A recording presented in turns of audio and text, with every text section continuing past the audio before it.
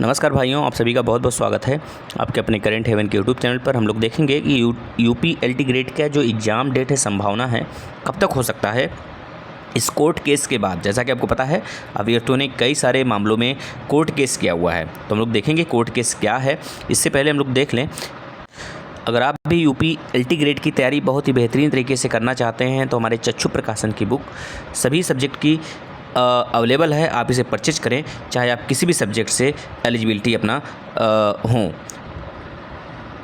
तो फिर से हम लोग बात कर लेते हैं कि संभावित डेट क्या होने वाली है इस कोर्ट केस के बाद।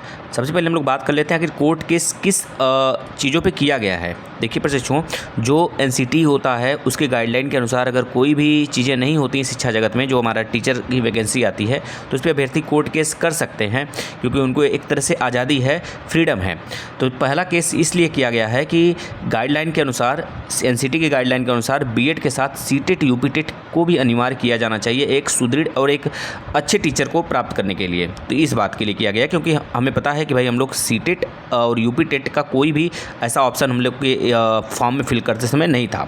दूसरा केस इस वजह से किया गया है कि जो आर्ट के बच्चे हैं वो पिछली बार विदाउट बीएड दिए थे, यानी कि आर्ट के लिए बीएड का डिमांड नहीं था, मांग नहीं की गई थी, लेकिन इस बार बीएड मांगा गया है, तो इस पर भी अभ्यर्थियों ने कोर्ट केस किया हुआ है।